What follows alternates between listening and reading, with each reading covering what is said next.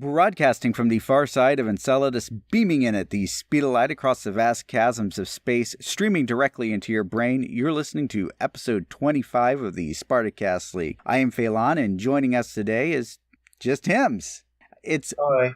It's been a while because we did take the holidays off, expecting a slow news cycle. However, 2018 went out louder than it came in as the bears mauled the markets, the government shut down, the flames of protest still burned in France, and the general slow-motion collapse of capitalism continued. It has become more apparent as the year begins that the world is at a crossroads. With only a decade left to address the civilization-ending calamity that is climate change, and the solutions being laid in front of us being the brutalization of the working class as thousands of refugees attempt to escape, we're starting to see very real consequences at our borders and in our country, as well as in the tropics. That all came to a head in December when it was revealed that several children had died under the authority and custody of Border Patrol, including a 7-year-old girl named Jacqueline Kale, a young boy named Felipe Alonso, and an infant that has not been named yet. So, Merry Christmas. It's weird waking up every day to new catastrophes. You would think that after 2016, we'd all be used to waking up to a new catastrophe, one after the other every day. But it never seems to get, comfortable is a horrible word, but you never seem to get used to it. The calamity just never stops, and it just builds and it crescendos, and it's not a fun symphony to listen to. There's some good sides to it. Yeah, I'm glad that the protests in France have continued on for, a month and a half now? But people are also dying in camps.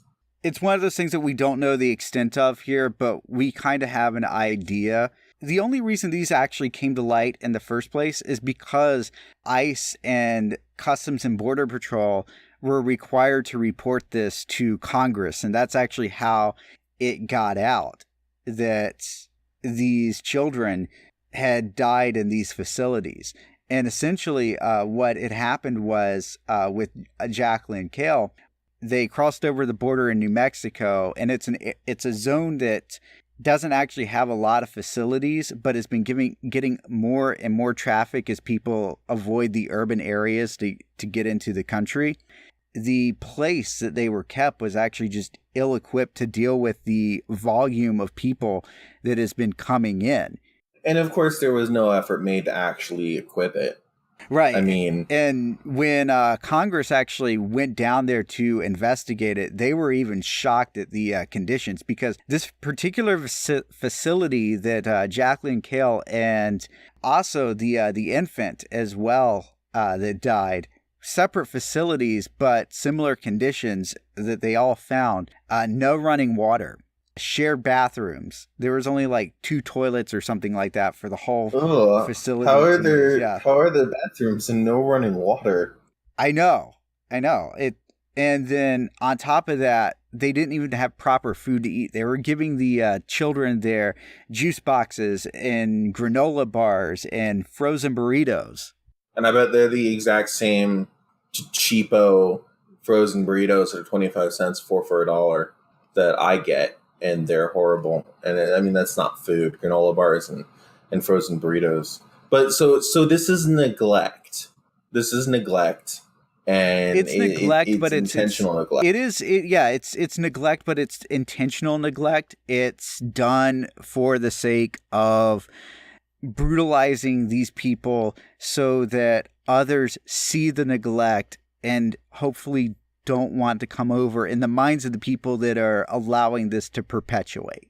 Right, and of course those people are still going to come over.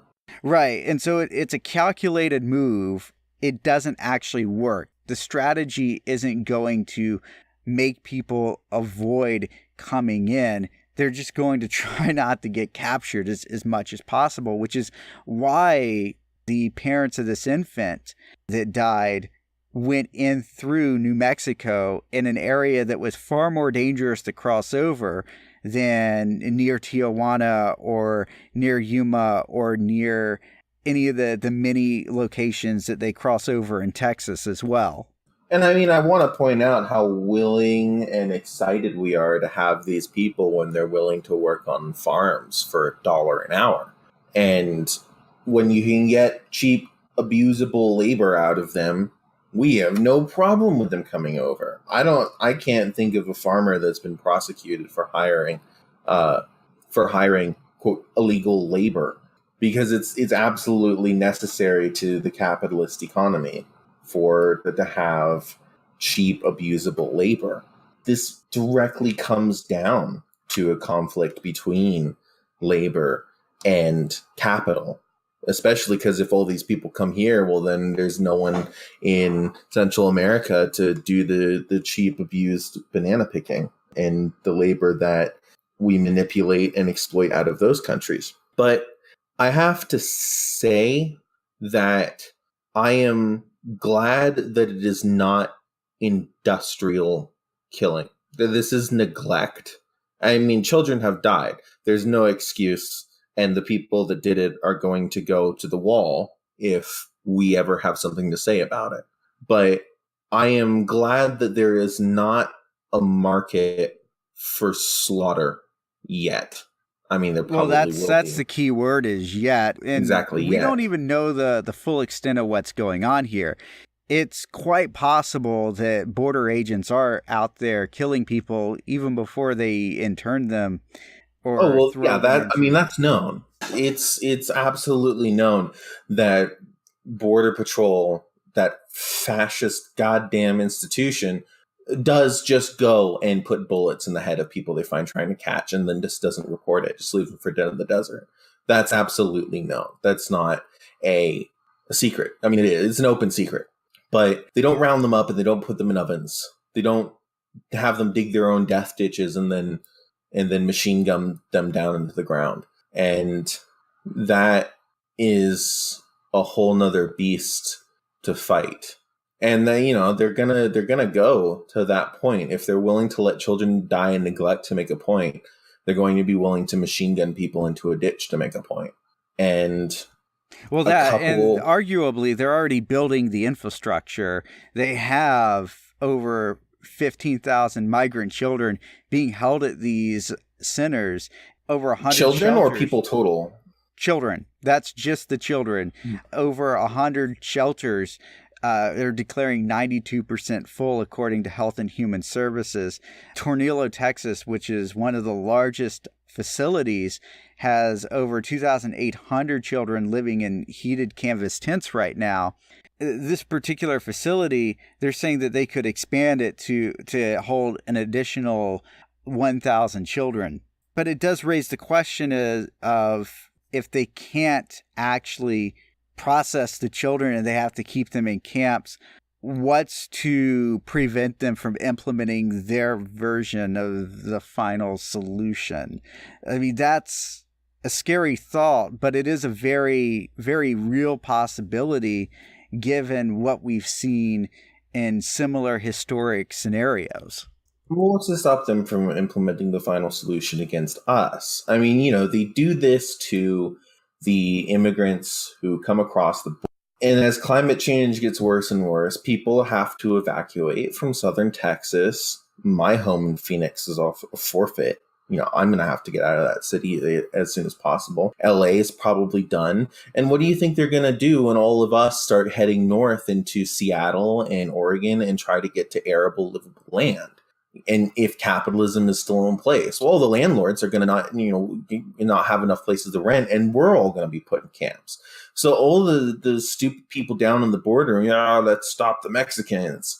Well, it's in 20 years, they'll be doing the same to us as we try to leave our homes and try to go to northern parts of what are supposed to be our own country. We'll suddenly find that we're told it's not our country, and we'll be put into camps and killed. That's the thing about fascism, right? Is that fascism finds new enemies. That's the whole point of it. It glorifies war. It glorifies killing. It creates in-groups and starts with the enemy outside first. And then as those enemies are dealt with, the pool of new threats just continually comes inward until you're left with nothing left. Yeah, until you're left with shades of white instead of shades of brown. And this is why it's important to stand up for these people. Something that I don't hear said enough on the left is the importance that we don't explain well enough is the importance of why we stand up for oppressed minority groups that we've never met and we have nothing to do with and quote, doesn't impact our lives. Why do you care that they're in camps? You still have a job and have rent. You're not oppressed. No, it's because if we allow those people to be oppressed, then we're opening the door for us to be oppressed. An injury to one is an injury to all. It's self-preservation to stand up for those people. If you need to have it framed in a selfish, incentivized way that our capitalist language demands that we frame everything in, well, there's your incentive. You allow those people to get ushered into the camps. In 20 years, they'll be able to usher you into a camp. And they'll be able to tell the people in the northern states that you're trying to get into that you're dirty and you bring sickness and crime and disease and you just need to be gotten rid of for the sake of keeping those lands safe. So that's why we bother about stuff that, quote, isn't our business, because it is our business. And while this is all going down, just like you said earlier with the farmers hiring it, and it's not even just the like farmers hiring immigrants and stuff like that. The president, one of his golf courses is under investigation by the FBI for hiring migrant workers to work there. Crime at a golf course? Gee, who'd have thought? They hired a few migrant workers. And not only did they hire them, they actually recruited them. They sought them out, told them that their immigration status would not be a problem, and then forged documents, social security cards, birth certificate, all the whole deal, so that they could hire these people. And then they used the fact that they are an illegal immigrant to hang it over their head so that they could abuse these workers, because if they go to the FBI or they go to the authorities, then they'll just be thrown out of the country. But this time was different because it's a president that's under investigation and the person worked there, and hey, guess what? The FBI wants that information. But I hope it's willing to give those people citizenship in exchange, though it's not going to be a big surprise to me if the FBI deports them after they're done with them anyway. Probably what's going to happen is they probably will, unfortunately, get deported after doing that and working with them, because it's so hard to actually get citizenship in the United States. There are people that try for citizenship for 20 years almost. Like of course, there are people out there that get it like 4 or 5 years. But there are cases out there of people having to wait 20 years to get granted American citizenship and do everything right. It's just like, I actually knew somebody when I worked at St. Vinny's that he was thrilled to get American citizenship. And I'm like, haven't you been here since the 90s? And he's like, yeah, it takes almost 20 years. Because that's 20 years of extremely exploitable, scared, terrified, cheap labor that you can get out of. Well, that, and also because the process is so intentionally selective so that they can limit the amount of people coming in for obviously racist reasons, that you make one mistake and you're out of the country. Right, and the amount of mistakes that you're allowed to make is directly proportional to the shade of your skin. I mean, we have this whole case here where it's not even just farmers that are doing it. Of course, it's big institutions and it's wealthy people that are doing it too, even if they are just hiring people for essentially menial labor tasks, which is what this was. This person was basically kind of like a janitor or a stewardess or what have you, a butler. That it was that kind of position. So it says here that one of the children, one of the ones kept in the ice box of a cell, which is what they refer to it. I don't know the Spanish word. Yeah. So the term ice box actually refers to the actual cells themselves because they are kept cold. And actually, that's what happened And with the infant, is that they kept the infant in the cell going back to that. And the infant caught pneumonia, and they took her to the hospital, gave her some medication, but she wasn't allowed to keep the medication. And then once released, the infant soon died thereafter. God, what was the point then? To just terrify them, take them to the hospital and trick them with medicine, thinking they're going to be okay, and then you can't take the medicine with you? And this is just cruelty, brutality, and these people need to be shot. They need to be shot. Just plain and simple. I can't control the language anymore. You do that to a kid, and you need to be shot. And there are stories when the Nazis invaded Poland. There was a story that a kid was playing on their lawn, a little Polish kid, and he was being loud. And this Nazi soldier just walked up, shot the kid in the head, left him to die on the lawn. And that's the kind of thing that we're seeing. And those are monsters, and you have to put them down. It is that we absolutely do need to challenge the system. There needs to be a challenge to this kind of brutality because, like you said, right now they're just targeting these people coming into the border.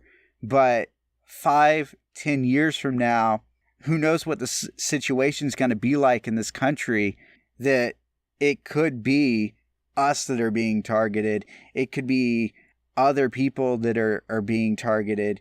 People, maybe moving north because of the climate, or maybe just we have an economic collapse and things go to heck. If you look at what's going on right now, like with the border wall showdown, the President Trump, actually shut down the government over winter session because Congress wouldn't provision him $5 billion to build the wall, which it turns out is actually not even going to be a concrete wall. It's just going to be a bunch of steel slats. It keeps getting more and more impressive as they keep going on, I guess.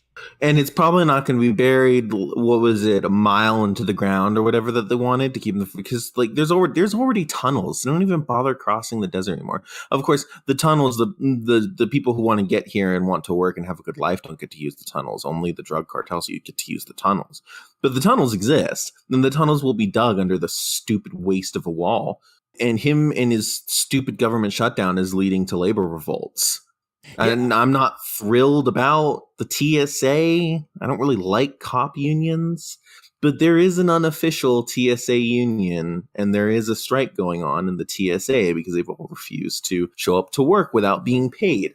And there are a lot of government workers who aren't even organized, aren't even affiliated, who, as the weeks drag by with this crap, are ditching because they can't. Government workers. You can maybe do a week unpaid and be fine, but you cannot. These are not white collar 6-digit government jobs. These are the paper pusher lackeys who don't get paid much more than you and me, and they have to live in government areas. They have to live in DCs and downtowns, and that's expensive. And you can maybe go a week. You can't go a month. What is this getting? People are sick of it. Government workers are sick of it. I read a poll saying that Trump's approval rating has sunk lower than Nancy Pelosi's for the first time, which is hard to believe. So I don't understand what this is even trying to lead to. The bourgeoisie have not been making any sense since even the election. The smart thing would have been to prop up Bernie Sanders and allow social democracy at home on the condition that Bernie Sanders doesn't say or do anything about imperialism abroad and just rubber stamps all of it. That would have been the smart thing for the bourgeoisie to do, but they didn't even do that. So they're making all the worst decisions possible that make everyone angry. Well, it's that drive to create higher and higher quarterly profits to pad these people's wallets. That's all they're after right now. With an ever declining profit rate of return. Exactly. I forget the Marxist term. Right. Yeah. So essentially, capitalism, requires higher and higher profits to be made on year-over-year, quarterly-over-quarter basis and whatnot. But the problem is that because of inflationary forces, because of labor costs, etc., the actual profit rate declines over time. And that's a recorded trend that you can actually look up.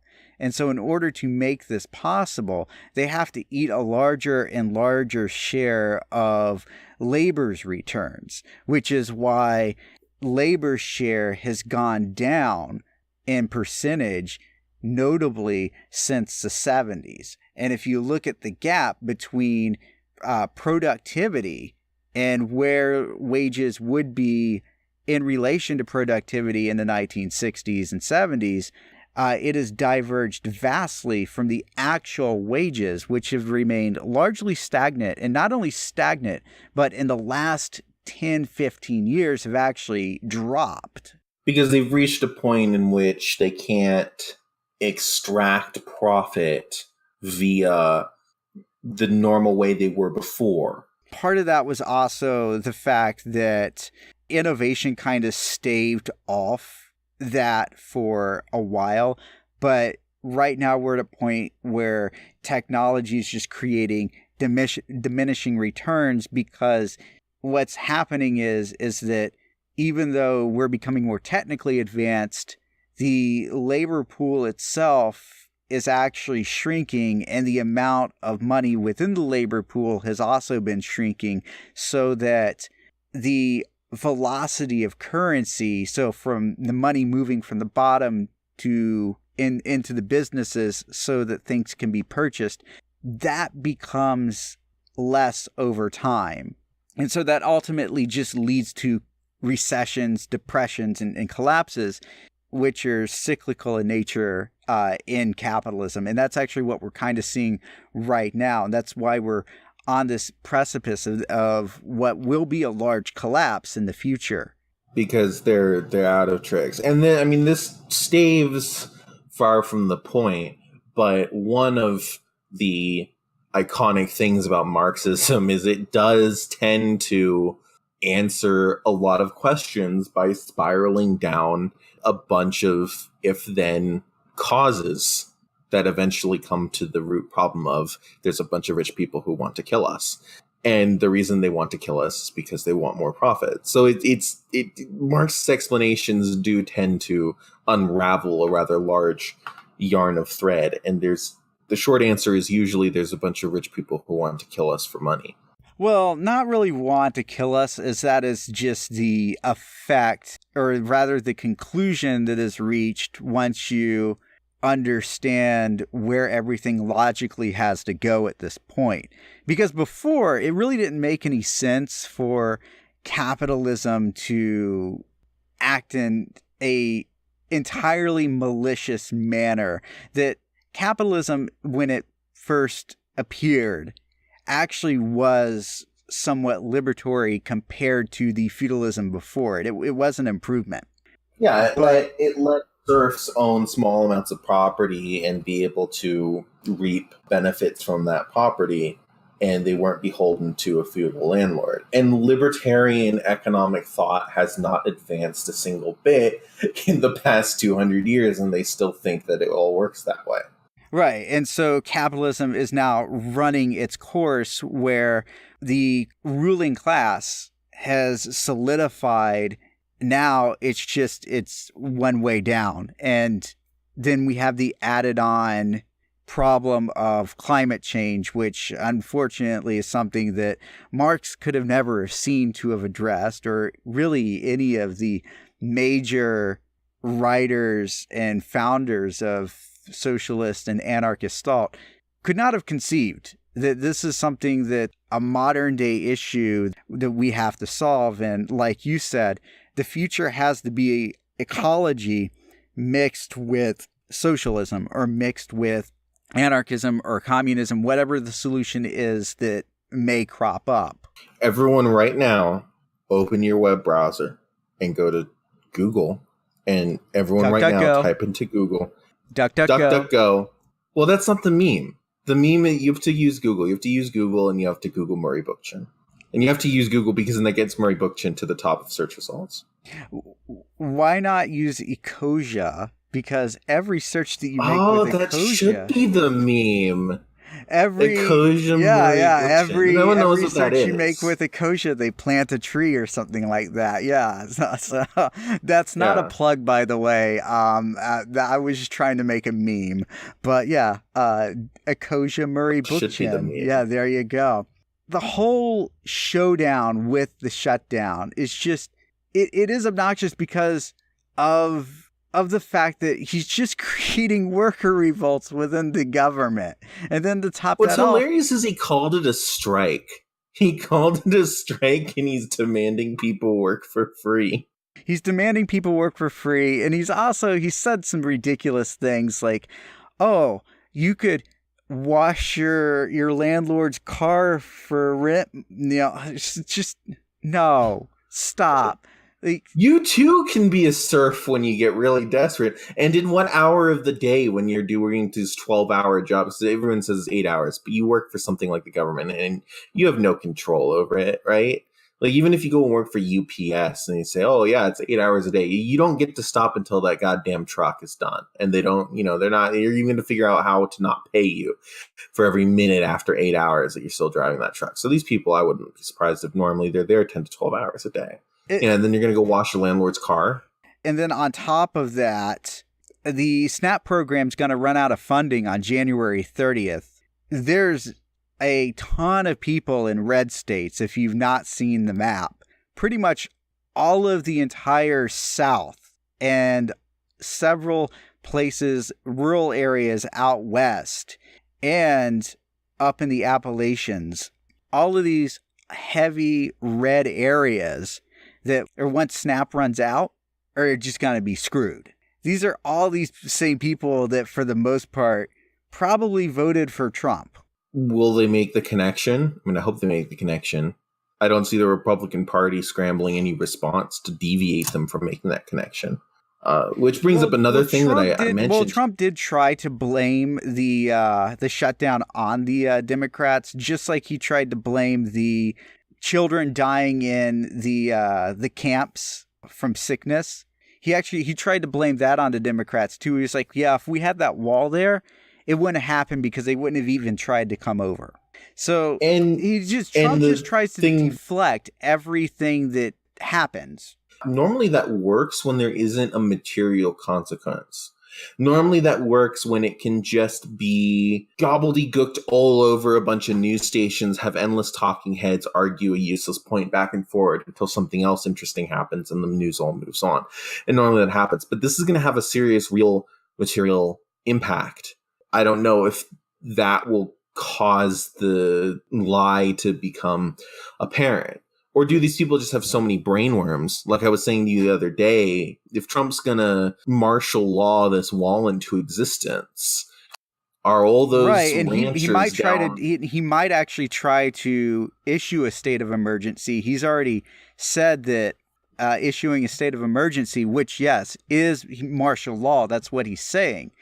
If he does declare a state of emergency, it's going to be one of those things where once it's issued, he's going to have a whole array of powers. When a president issues a state of emergency, they take on all the emergency powers. They don't just, like, Congress doesn't just say, okay, you get to do this, this, and this because of the emergency, and that's the scope of it. No, he has continuity of government level authority if needed, unless Congress steps in, votes, and strips him of whatever power. And then the question is, are all of his supporters so full of brainworms that when he shows up at their ranch down on the border to confiscate it at the point of a gun, are they just going to go with it? How many of his supporters are going to go with this martial law thing? Right now, I mean, we're seeing the whole crisis unfold, right? Like the government shut down. If he gets his way, it might be shut down for years, which is going to be intentional because this is something that the Republican He wants to Party, starve people until they capitulate and give him his stupid wall. Well, no, not only that, but also the Republican Party has an interest in creating a dysfunctional government because their whole idea behind everything that they do is that the government is bad, is evil, and everything. And so if they can create a crisis and then blame the crisis on the Democrats, which is what they're wanting to do right now and what they will probably do. Then they declare martial law, or the president does. Suddenly the game is changed. The game's really different. None of us better go to work if that happens. Well, the thing is that they might be going this route because of the way the elections turned out, because they weren't able to.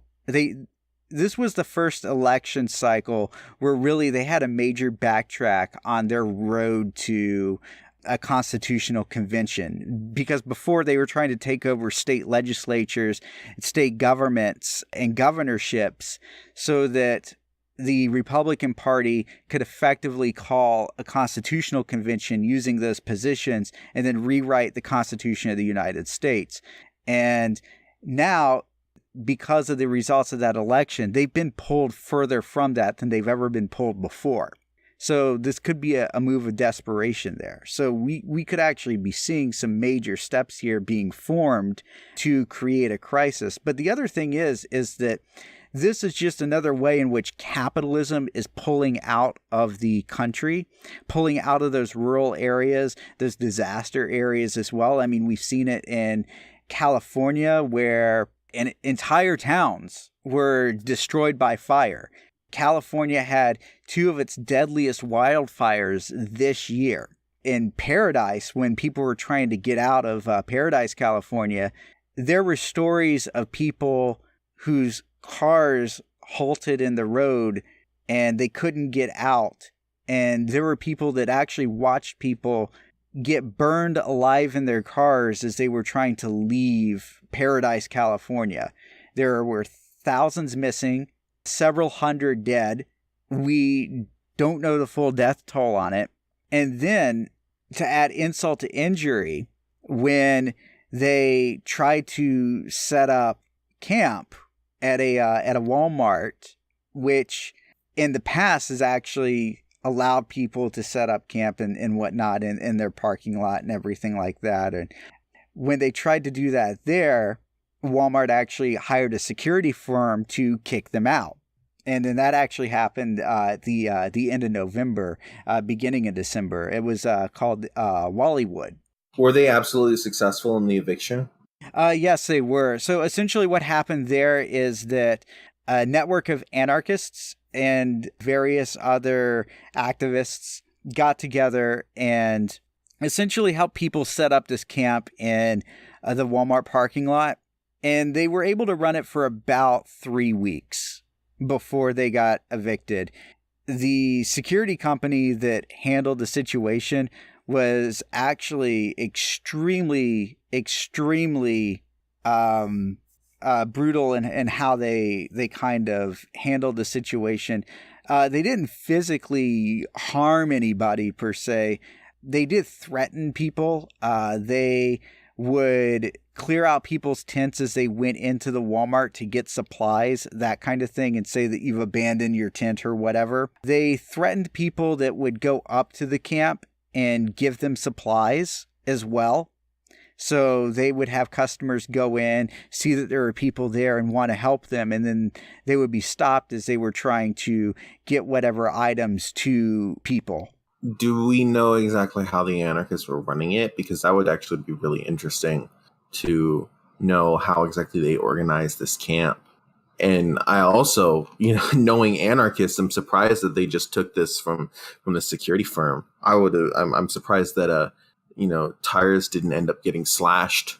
Well, it was because it was more of a rescue mission than it was a protest, of course. So the purpose of the mission was different. And of course, the people that lost their homes, they didn't really want to have to deal with fighting the security firm or fighting Walmart per se. Right. They're exhausted and tired. The big takeaway to that really is that all these major corporations, they come in and they always like to talk about how they're part of the community, or like even like I've actually worked for Walmart, and one of the things that they really hammered in was that they always like to talk about beware outsiders, don't sign a union card, those guys are from outside, they're going to come in and they're going to mess up the good thing that you got, because we offer health care, we offer good wages, we don't pay minimum wage here. Walmart never pays minimum wage. They just hire you 25 cents above. I can tell you for a fact because I've worked for Walmart before. One of the things that they actually did about 10 years ago in my town, they actually started looking for reasons to fire workers so that they could either get them to sign back on part-time or replace them with people that were willing to work part-time. So those part-time workers didn't get those benefits, or if they could, they just couldn't afford the benefits and forfeited them. Exactly. Meanwhile, they told people to beware of those outsiders. They're not part of the community, when those union organizers were people that worked in the store, worked at the store, lived in Eugene, lived in the community. And that's the thing is that union organizers are part of the community. We live here. The outsiders are companies. The goddamn company whose CEO you've never met, never will met, and if you did meet, you would probably spit in your face and tell you to get back to him. Exactly. It's the CEO of Walmart who lives in Bentonville, Arkansas, I assume, which is where they're headquartered. So here we have this company that in hypocritical fashion just sits there and talks about community and beware of the outsiders and stuff like that.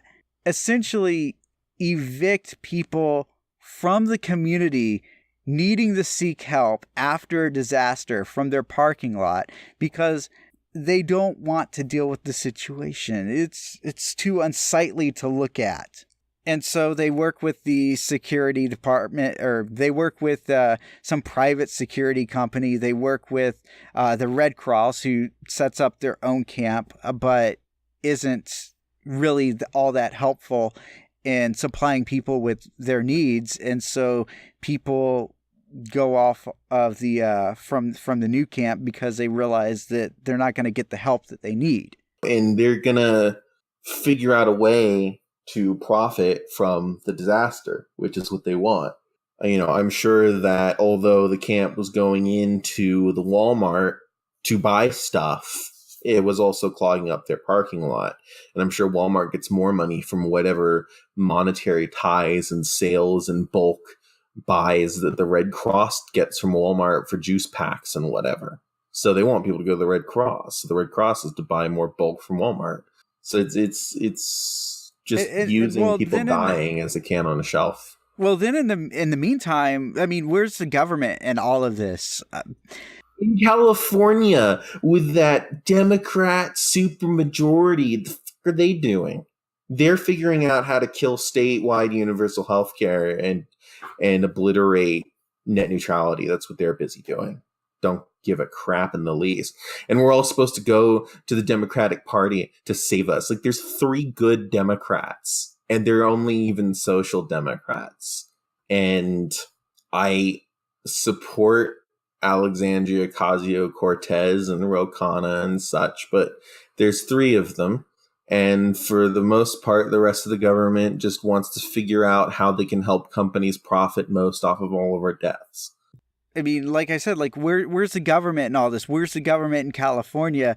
Because it seems like they haven't really done a damn thing about this. The government in Florida really hasn't done a damn thing about Hurricane Michael. And how many months has it been?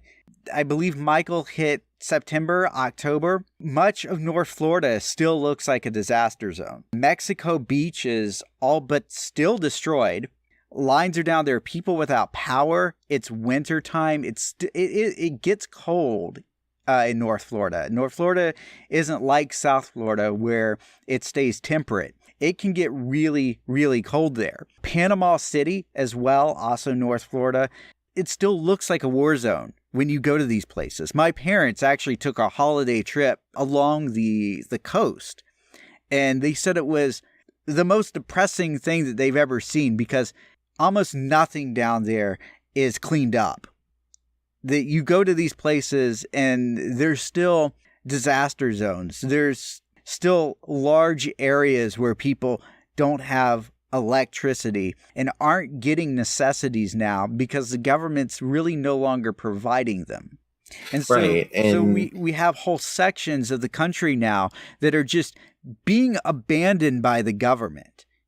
so the government's retreating, and you look at the history of Rome, and this is what happens. You know, the government retreats, and it leaves in its place whatever important dignitary, imperial officer, nobleman, whatever there, and then the nobleman becomes the new lord and the new king, and I'm sure that there's people in Paradise, California, is just smoke, but I'm sure there's people in Florida who are doing the same thing. And this is a big opportunity for the left too, because the state's gone. The military, the police, the state has just abandoned them. So it's the perfect opportunity to go in and put our economics to work, collectivize all of that property that's just been abandoned, fix it up. I mean, a big problem is we're all spread out. It'd be great if we all had one leftist city, right? One center of power that we could all go to. But we are all spread out. But that's something for the left to keep in mind, is that as these disasters happen, as fires blow up and hurricanes come and hit, the state is going to leave. And when it leaves, you should move in. And if the state tries to come back, say, fight me for it, because you abandoned these people. And now these people are here and we're working together. And we don't need you anymore because you left. I think that should be a project that the left does pursue, is going into these areas, building them up where the government hasn't been doing so, because the anarchist organizations have been really good at doing this. Like I said, the project with Wildly World, but also both after Hurricane Michael and Hurricane Florence in South Carolina, anarchist organizations, communists, socialists, the DSA, you name it, they were the ones out there actually cleaning up the mess, while the 3%ers were out there playing around with their guns and looking for so-called looters. The conservatives brought out their guns and looked for black people to go shoot. And we didn't. we built hospitals and stuff. And even a few acts of that get spread around, right? I mean, you get Joe Bob on the phone talking to his relatives. Yeah, who helped me build my house? It was a bunch of communists. They ain't so bad.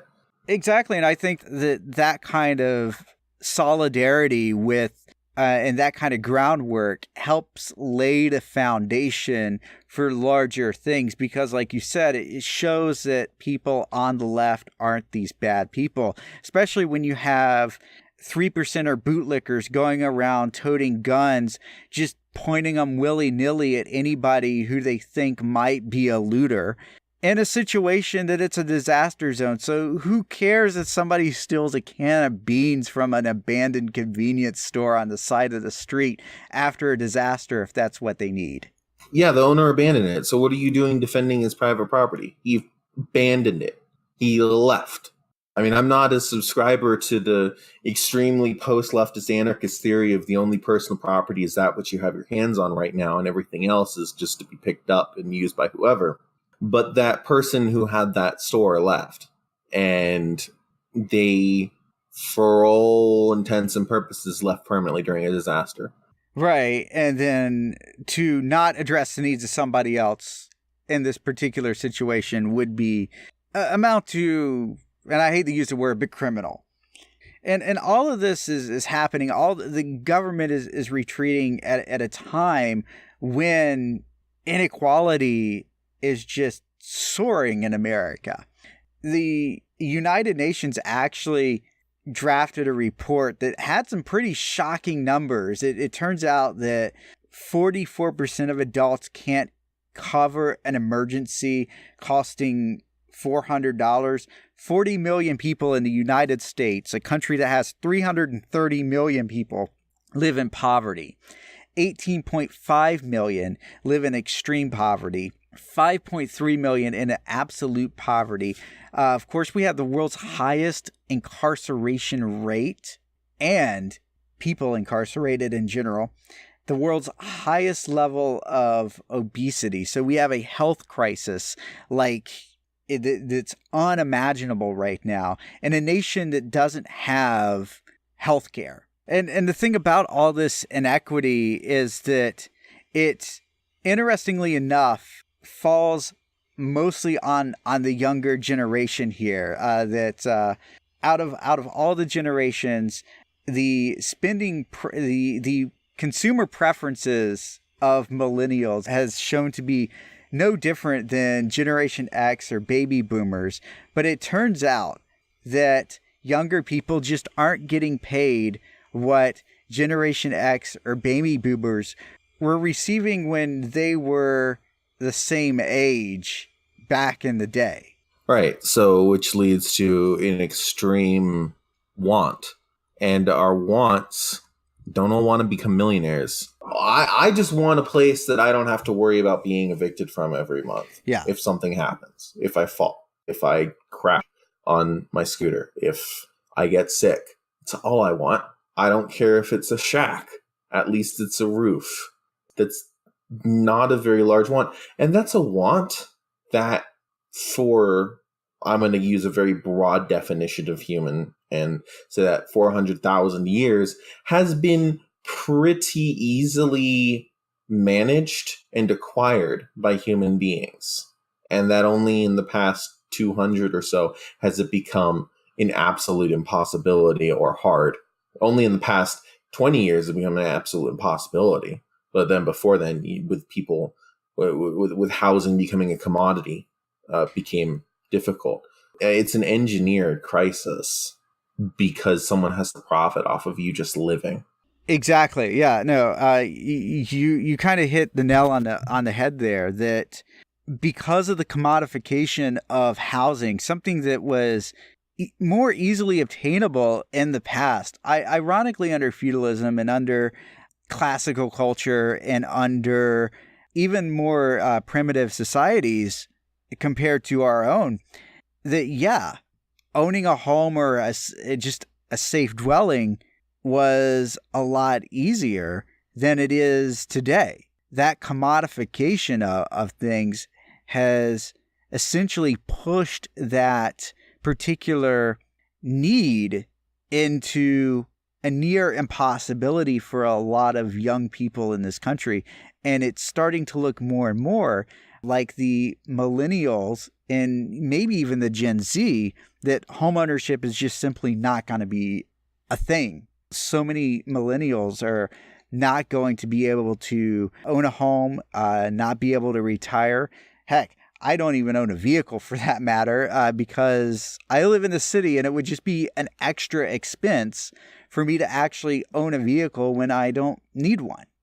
Yeah, so the very basics of life, 400,000 years you didn't have vehicles, but the very basics of life are becoming unobtainable. And that's why there's people setting France on fire. That's why there's people who are doing the lukewarm version of that here. I wish they would do more, because it's become absolutely unlivable. And yet we still have to go to work, and we have to work 8, 10, 12, 14 hours a day at 2, 3 jobs. For what? Why? Like, I've noticed in the past months, not just the past 2 months, the standard right-wing libertarian capitalist propaganda of, everyone benefits when you all exploit each other and the free market is good because it allows competition, is just plummeting, becoming useless, and no one's listening to it because A, those people keep looking like idiots, but also mostly B, because it's become absolutely completely dissonant from anything anyone's experiencing. There is no grain of truth left in that lie. And so I see it dwindling into obscurity, into laughability, because you can't bullshit people with talking heads on the news and ad hoc straw man propaganda as to why everyone's starving and on the threat of homelessness because everyone's starving on the threat of homelessness. People need to eat and people need shelter, and they don't really care about the justification of how they do that when they get that far. Oh, yeah. And I even see it in major news articles now. Forbes, Business Insider, they all run stories now just on the regular that are not necessarily critical, like highly critical of capitalism, but they're saying things that you wouldn't expect a business magazine to say. Even though they're not fully critical, they realize that something is off.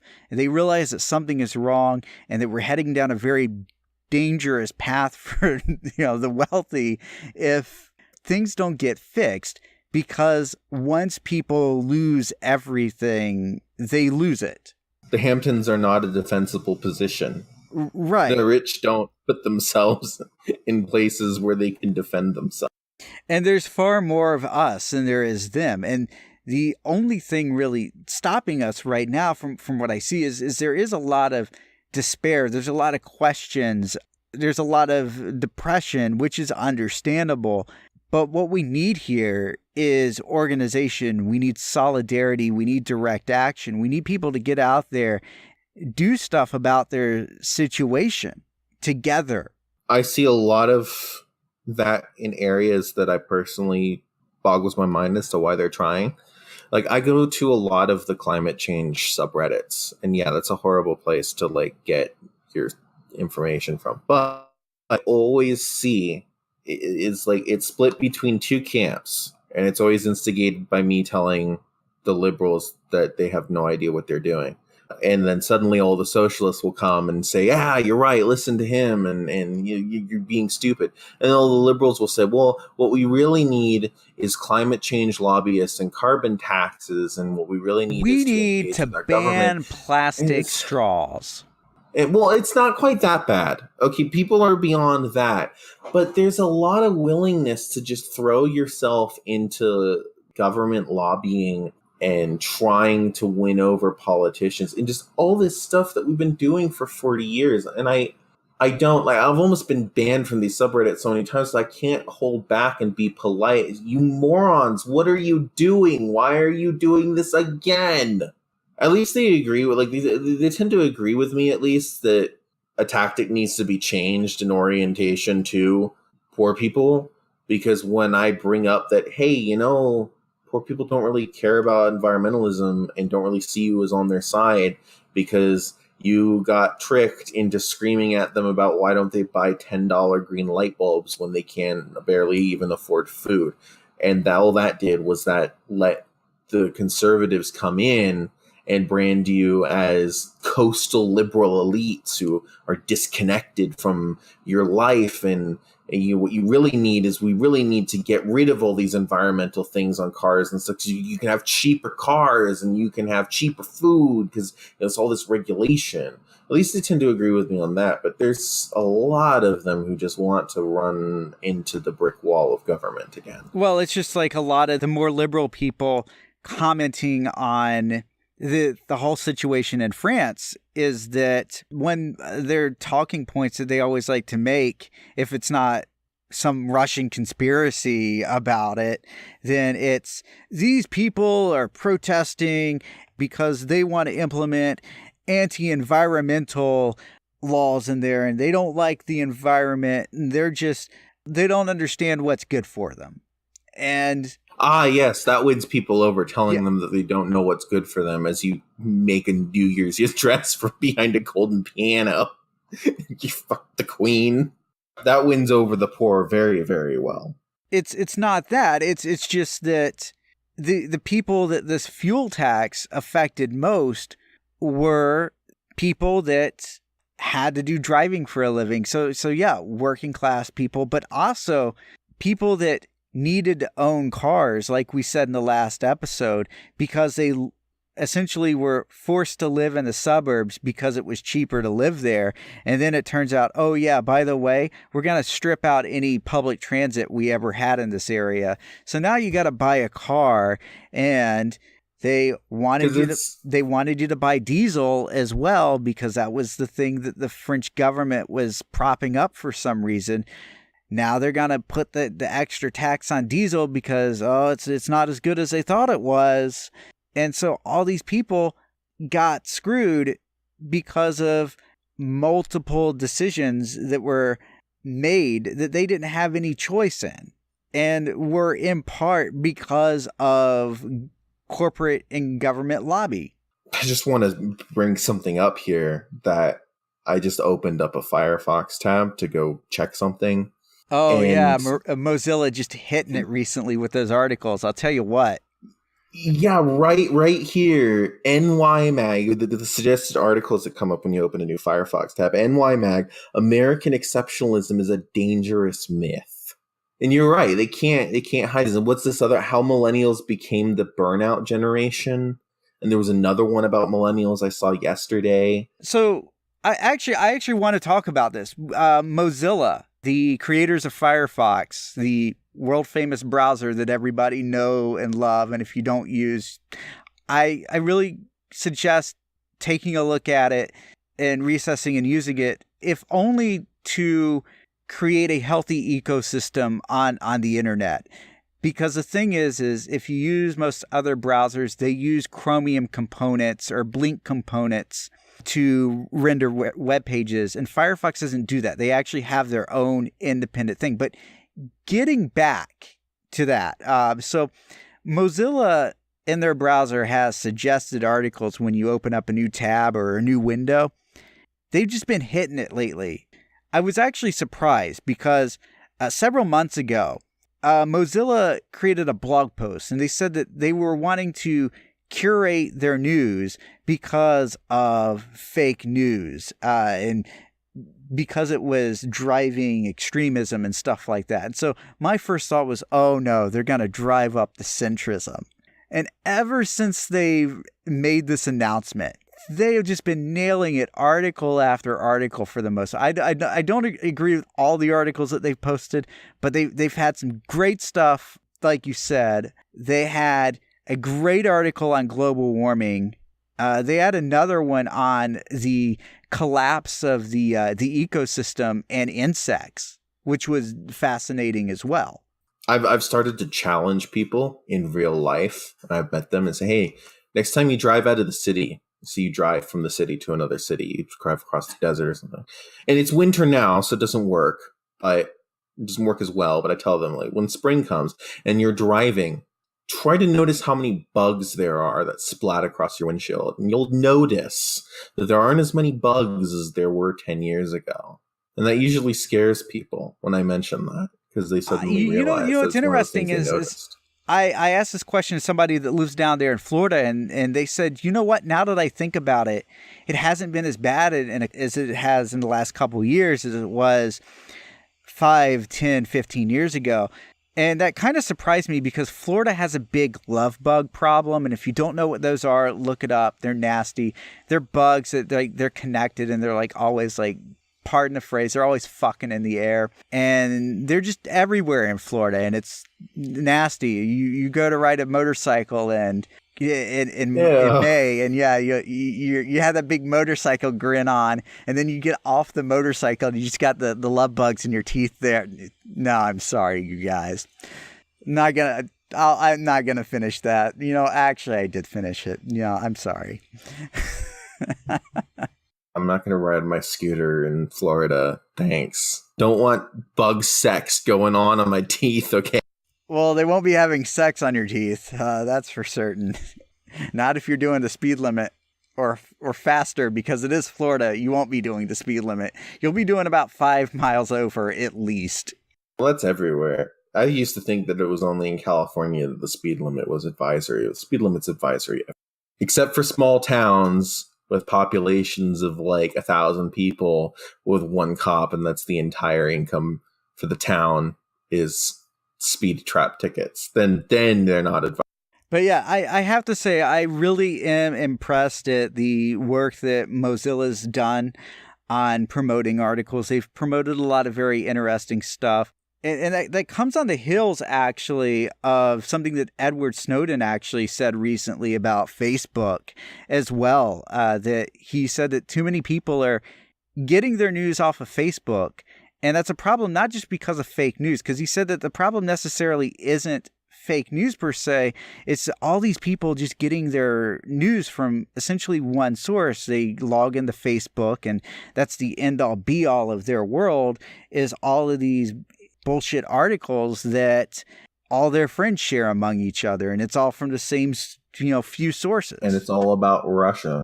Well, it's either all about Russia or it's all about Trump and them immigrants. Yeah, though I will say I don't know a single millennial my age who uses Facebook. I honestly think Facebook is now just for moms and grandmas. Yeah, it's the boomer network. It's the boomer network, and they're increasingly irrelevant. I mean, I try not to use Facebook as much anymore these days. It is a little bit unavoidable when you have family that uses it, but I don't actually have the application installed to my phone, which I guess is a good thing because apparently Facebook is also tracking your location, even if you don't have the location services turned on your phone. But the bad news is even if you visit their site, they still know where you are because they use your IP address, which they use for security purposes, also to send you ads. Of course they do. Just like they sold your phone information for your phone number when you registered it for two-factor authentication.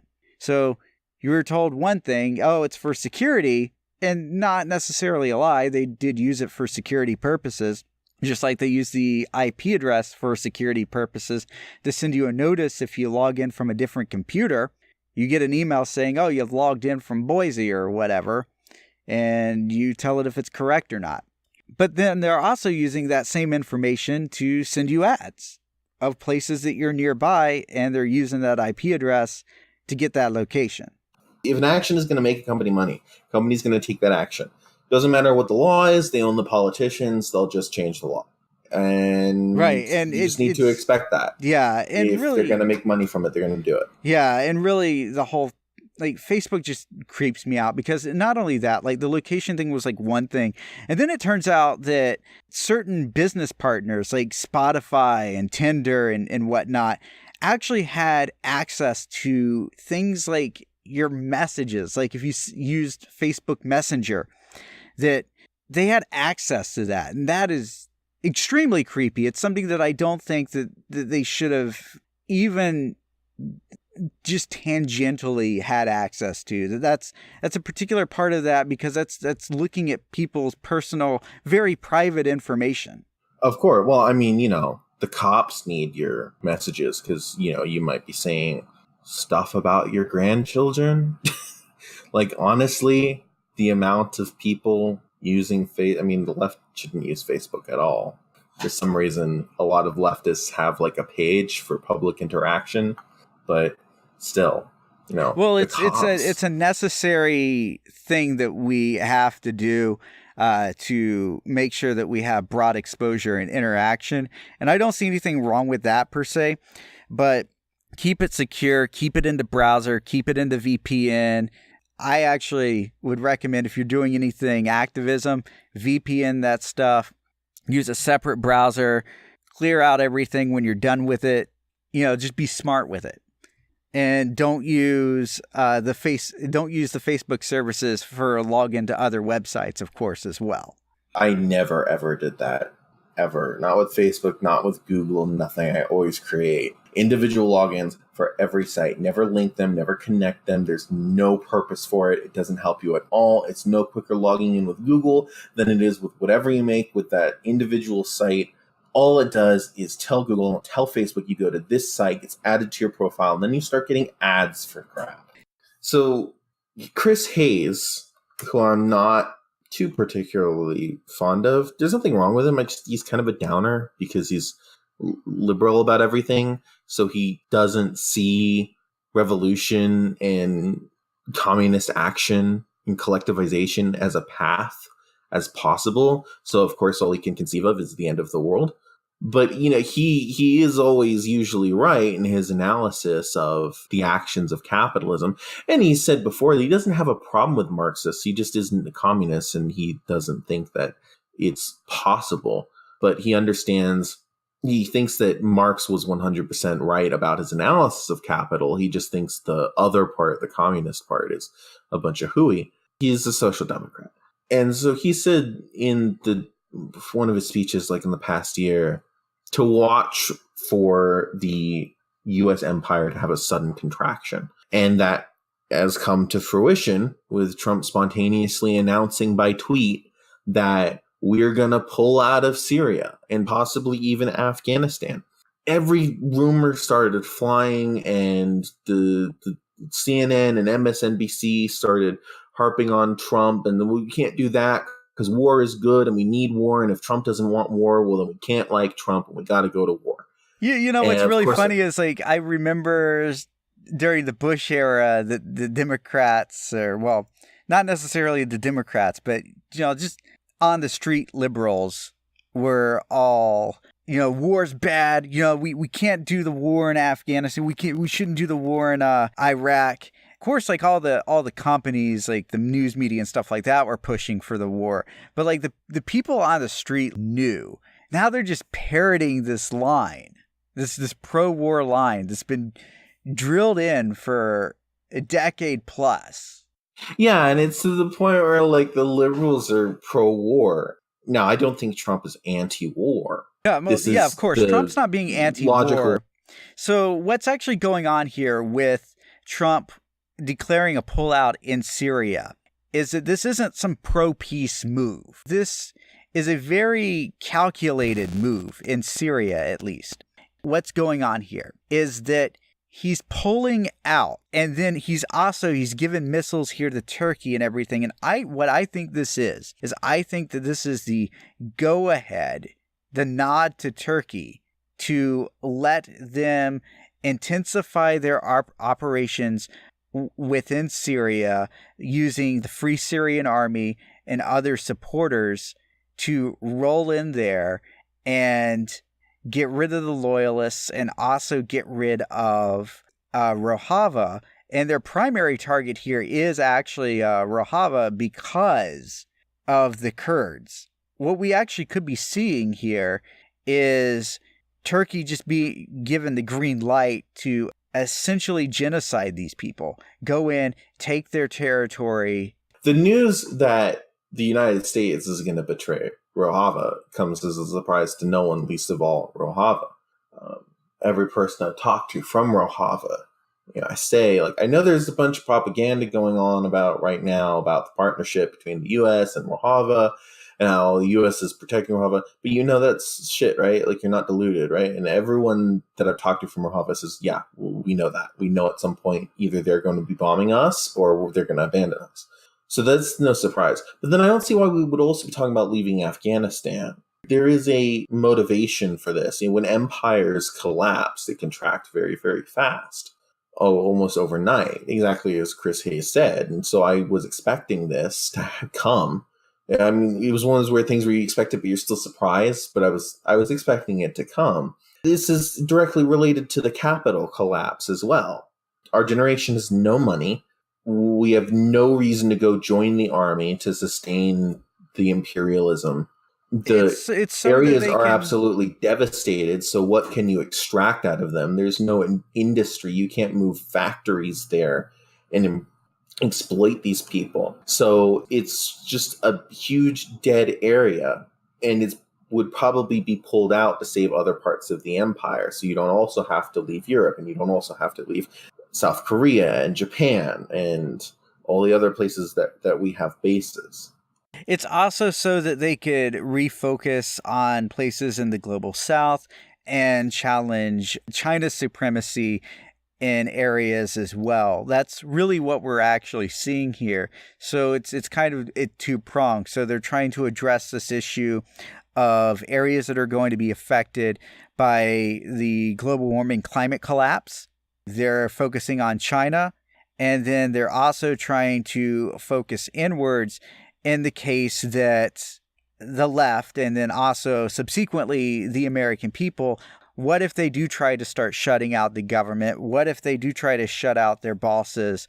They need troops on the street. They need to, be able to crack down on it. And so that's essentially what they're doing here is they're going for a multiple pronged solution. And so they can't keep the war in Afghanistan going and do all of that at the same time. So there's a huge reevaluation of forces going on here. But as far as Syria goes and Rojava, that is about giving Turkey the green light. So this is actually a move for imperial domination because Turkey is our ally. They're a NATO member as well. So if Syria or if Rojava were to attack Turkey, they could essentially just declare war and the United States has to go along with it. Yeah, and by go along with it, do absolutely nothing about Turkey bombing these people off the face of the earth. And I'm a little disappointed about the rhetoric that's coming out of Rojava. Because when this was going to happen, inevitably going to happen, I expected the rhetoric to be defiant people facing huge odds, that the left has won on those odds many times before. The Vietnamese had nothing to counter American helicopters. Americans could zoom in and drop a unit in the middle of nowhere and zoom out and come back to pick them up anytime. And the Vietnamese still won. So we've won plenty of times at those odds, and I was expecting this rhetoric of we will hold our ground and we will prevail and we will mount a forever insurgency, especially because they can do it, because they have the entire eastern part of Turkey as Kurdistan. And northern Iraq and eastern Iran. Iraq. And what I would have expected them to have done this entire time, and they have to have at least tried because it's the most obvious thing to do, would be to build corridors of supplies and communication from eastern Turkey through northern Iraq into Rojava. And that the hammer, the cudgel that they have to have is that, well, if you do anything about us, you're going to lose the eastern part of the country in riots. And you're going to have to spend a lot of energy and a lot of money and a lot of blood in quelling them. But I'm not hearing that. I was expecting that. I'm hearing instead, oh God, help us, the United States are leaving. And, well, then, my God, wasn't that what you were planning for all along? That's what everyone I talked to expected.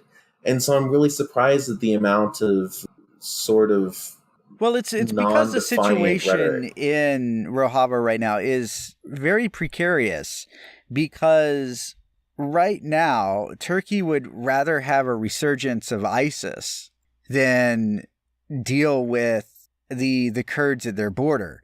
And that's exactly what they're going to try to do. The Turkish will actually, if they have their way, support the caliphate over the loyalist government, which is Assad, and the Kurds. So you're going to have the Turks, which is Erdogan, and trying to recreate the Ottoman Empire from the north come in, and from the south, they're going to try to assist ISIS if this... Right. It's going to take all of Kurdistan coming together to solve this. Right, and that's the one thing. And who knows, maybe they have a trick up their sleeve. Maybe they've established those networks. I don't know. But somebody come help us rhetoric is disappointing when I was expecting, I think that Ho Chi Minh to come up and start talking about fighting forever. The other part of that is that they've been fighting this fight now for well over 5 years at this point.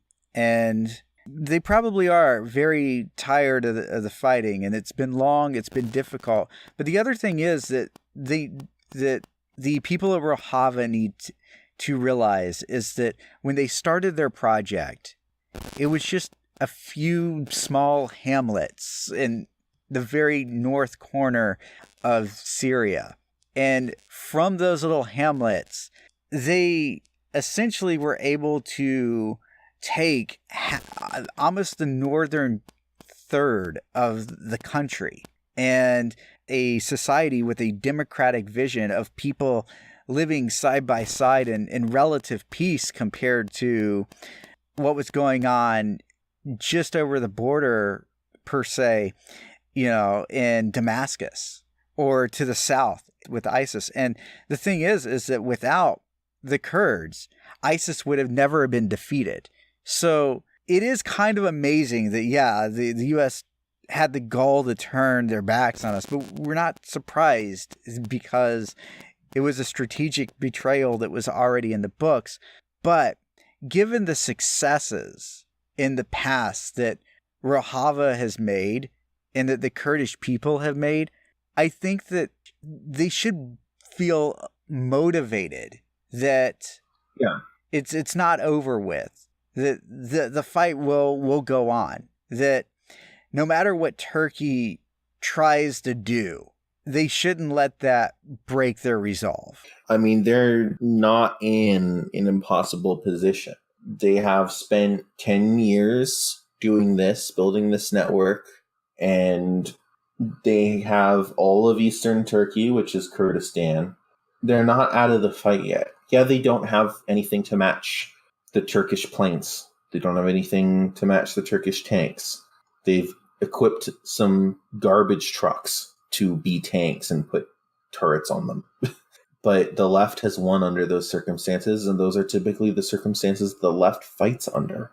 It looks every day that the consequences for losing will be a genocide that will be larger than the Armenian genocide, which was one of the first systematic genocides of people. And it was also committed by the Ottoman Empire, by the Turks. Yeah, so there isn't going to be anyone just checking out of this fight in Rojava. And one of the things that I really do hope is that, and I assume that, of course, there are comrades in Armenia, of course, is that our Armenian comrades help out the Kurds, because they're going to all be in it together. The Kurds, the Yazidis, the Armenians, all the minorities living from North Iraq, North Syria, Eastern Turkey, all in that area, the Druze, for instance, all those people. The only thing is that you will not see a massive, maybe you will, I'll be surprised. I don't think you'll see a massive internationalist brigade to go and fight in Rojava like you did against ISIS, because ISIS was a threat and an enemy of the West in general, all the Western countries, and Turkey is a NATO country.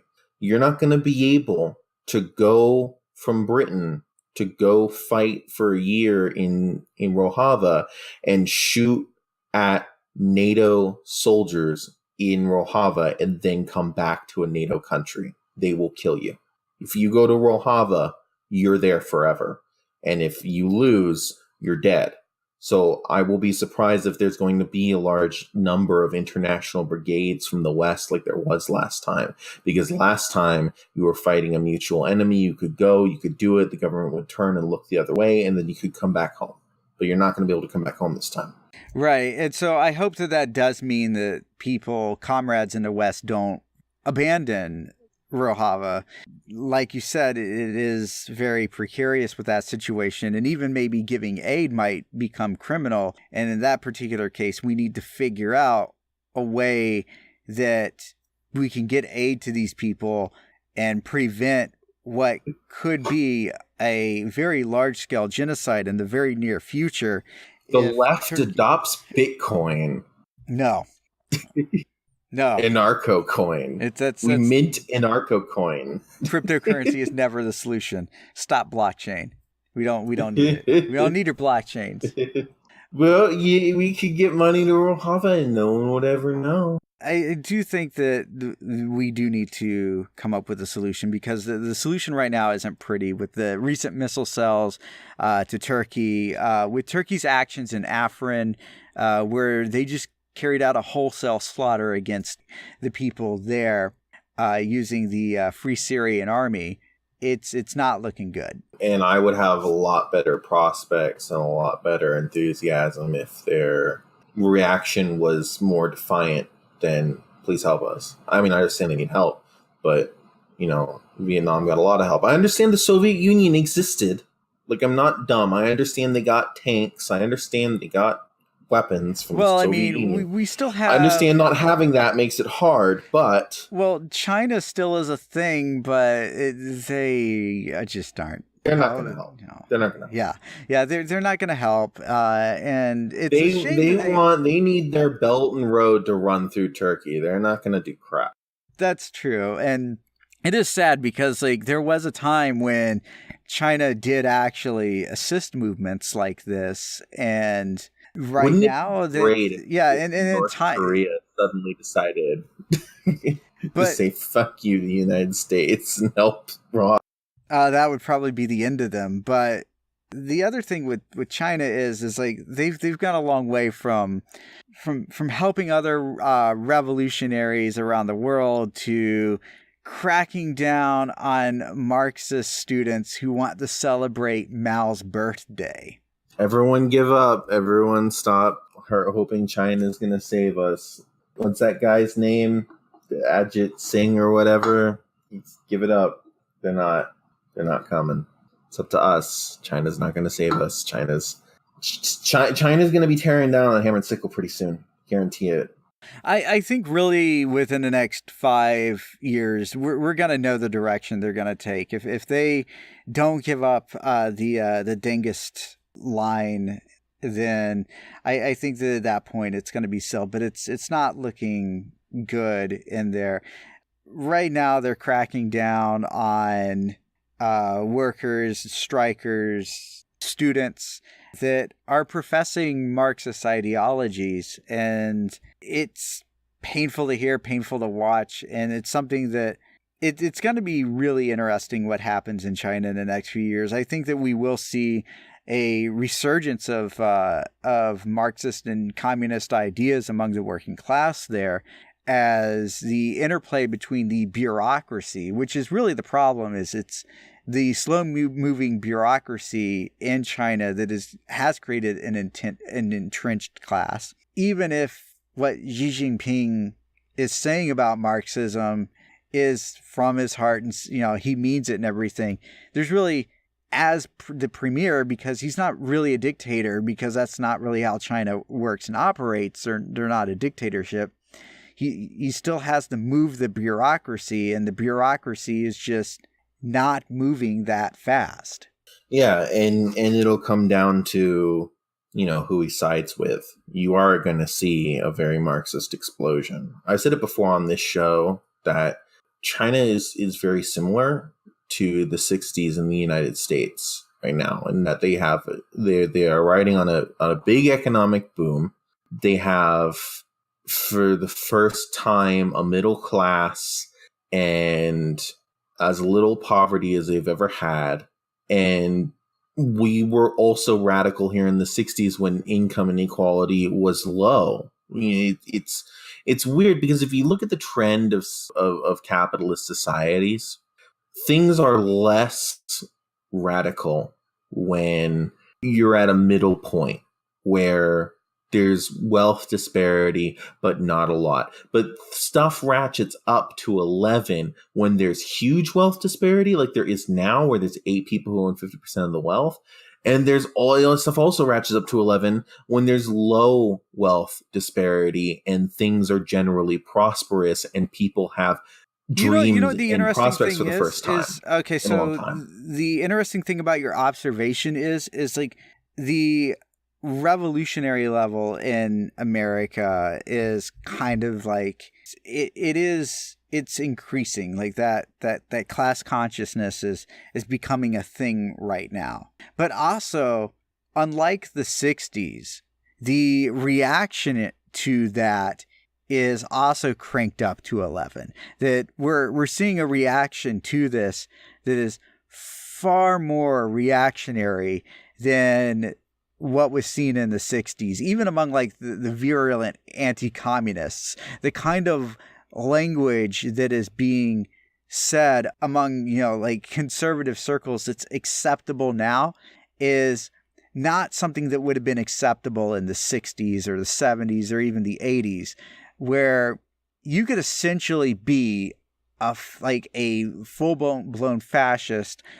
You can have those kind of opinions as long as you word them in a certain fashion. as long as you dress them up, it's still a conversation that could be had among the right, and they'll eat it up. And heck, you don't even have to dress it up that hard, because several years ago at CPAC, freaking, what was it? What was her name? Laura Ingraham was just given the freaking Sieg Heil salute, just straight up. Yeah, and it was that way. Of course, it was that way in the 30s. So the stage is set, and I think we're more equally matched than a lot of people give us credit for. One thing liberals always say is, "Oh, you can't fight the government, and the government has all this power, and so you got to work with the government and end up at the bottom of a deep hole after wondering what the heck went wrong after you spent 40 years canvassing and crap." And that's because they don't realize that they need people to work. They can't just shoot all the workers. And it doesn't matter how many tanks and drones they have, and it doesn't matter how much money they have. There are tricks that they can play. They can turn the workers in groups against other workers in groups. They can buy off some workers. They can create traitors to the working class. It's not like they don't have tools, but in the end, there's no carrot left. It's just the stick. And people are getting pretty sick of being hit on the head with that stick. And so there's an inherent power in just being a worker and just being a member of the working class, because they need you, and they want to convince you that they don't need you, but they need you. They need you in numbers, which is why working class action needs to be done in numbers. There's no individual action a worker can take, because they don't need you personally. They can go get another schmo who's also starving, but in numbers, they need a lot of schmoes. They could fire a single worker, but they can't close down the whole shop, because that would be unprofitable, which is the whole point of unionizing, is that you get that whole shop in there, and suddenly they can't replace everybody, because that would mean they'd have to close down the entire shop. Yeah, and then on entire economic levels, you can't close the entire economy. Even in the Civil War, we didn't totally devastate the South, because then, you still need that land. Like, country's not going to go to war and destroy its own workforce.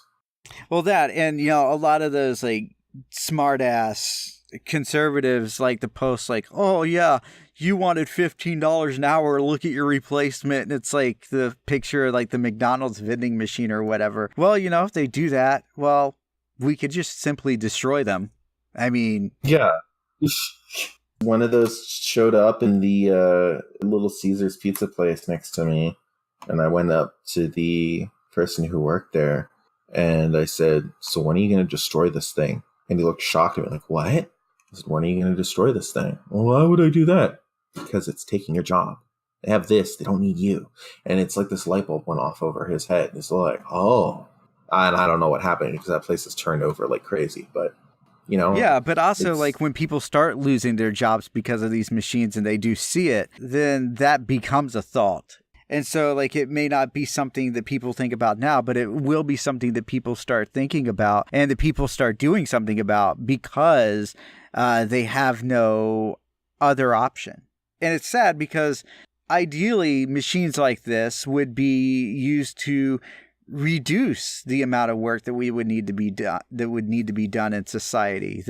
And they do, except that because it's just for profit, the people who get replaced by it just get told go die, and die fast, because there is little work left, but that work needs to generate a profit, and you can't be wasting that profit on keeping up a bunch of people. That's why I think UBI is just another final solution. It just props it up long enough for them to kill us all, because what do we have left after that? We're not working, so we don't have any threat to hold against them. We don't have any action that we can organize. It just transfers the payment power from the individual employer into and consolidates it, centralizes it into the hands of the government. And then creates a whole class of people that are just dependent on the government for money, which at any point the government can just simply revoke. Given the fact that right now the power of the state rests within the hands of the bourgeoisie, and that will not change under UBI, and given what the bourgeoisie currently think about the state, then it would surmise very easily that they would try to weaken the state to eventually get rid of UBI as people are dependent, creating a crisis, which ironically would also place them in danger, but they don't think that far ahead to realize that it might also be a problem for them. Right. I mean, unless it works and everyone just becomes cows, and then, well, they just start surprised when it gets taken away. But then there's the whole argument about labor can only create value. A robot can't create value because a robot can't go spend wages. Yeah, well, there's that issue too, is that if you take out the entire menial, I'm sorry to use that term, but, unskilled whatever, which I don't really believe that there's unskilled labor. There's just different types of skills. You can't put a CEO in front of a cash register and expect him to work at the same efficiency that a cashier would. It's not going to happen. Because those robots that would replace that cashier would not be receiving wages, you're right, there's less of that velocity of money like we talked about earlier, like I always like to talk about, going on, which slows down the economy and creates those economic crises. And so you're absolutely right. Before we go here for tonight, I did want to give a shout out to our first Patreon sponsor, Dark Moonpaw, who subscribed at $18 a month there. So thank you for that. Real? Yeah, for real. So thank you for that. We really do appreciate that. That will help us. That money will go back in the show to help make it better.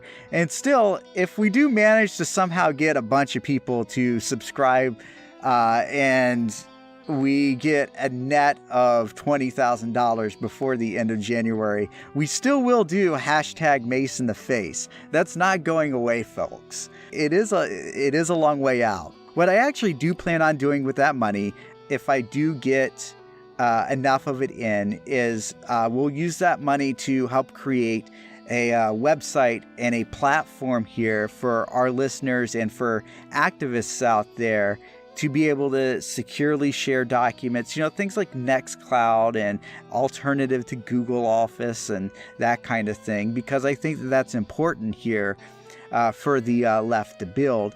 And I would like to be able to, provide that as something to our community of listeners. Yeah, and it'll also be extremely important for unionizing too, because right, you have when you're forming a union, you need a secure forum or whatever to talk on that the manager is not going to be able to be invited. Yeah, and so that's kind of what we're hoping to build here, and it's just something that we kind of need your help with. And of course, money also goes to help maintaining the show, making sure that I have something to eat, that kind of standard stuff there.